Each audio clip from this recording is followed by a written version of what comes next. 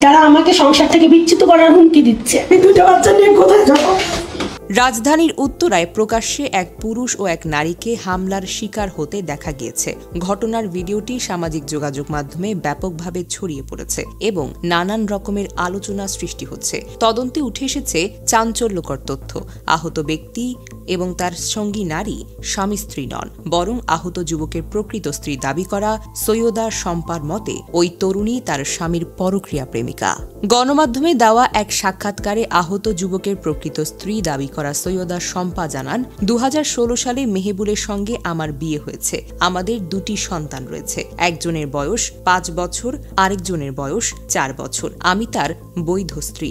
আমার কাছে সকল কাগজপত্র রয়েছে। আমাদের সামাজিকভাবে বিবাহ হয়েছে, কিন্তু ওই নারীর সঙ্গে তার কি সম্পর্ক সেটা আমি জানি না। তাদের মধ্যে বিয়ে হয়েছে কিনা সেটাও আমার জানা নেই। তিনি আরও বলেন, আমার স্বামী ইভেন্ট ম্যানেজমেন্টের কাজ করে। মাঝে মাঝে দেশের বিভিন্ন স্থানে কাজে যাওয়ার কথা বলে বাসা থেকে বের হয়। তবে কিছুদিন ধরে তার আচরণ সন্দেহজনক মনে হচ্ছিল। বাসায় ফেরার সময় দেরি করত, ফোনে কথাবার্তা বলার সময় অস্বাভাবিক আচরণ করত।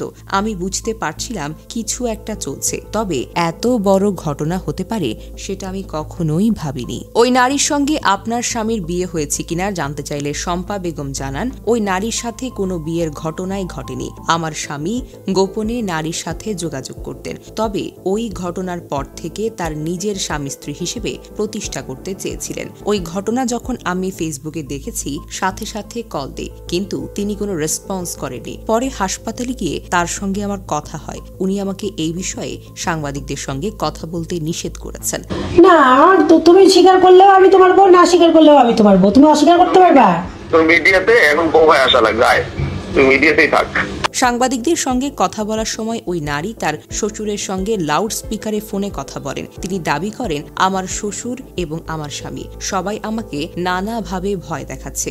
আমার স্বামী আমাকে বলছে সুস্থ হলে আমাকে দেখে নেবে।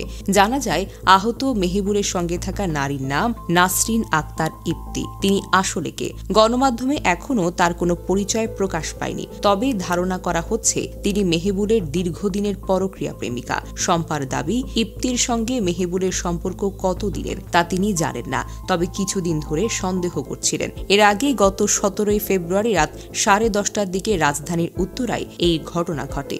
এরপর সামাজিক যোগাযোগ মাধ্যমে ঘটনার একটি ভিডিও ছড়িয়ে পড়ে। ওই ভিডিওতে দেখা যায় দুই যুবক ক্ষিপ্ত হয়ে এক ব্যক্তিকে রামদা দিয়ে আঘাত করছে। সময় নিজের জীবন বাজি রেখে স্বামীর প্রাণ বাঁচাতে চান তার স্ত্রী। ওই সময় ওই নারীকে হাত জোর করে স্বামীর প্রাণ ভিক্ষা চাইতে দেখা গিয়েছে।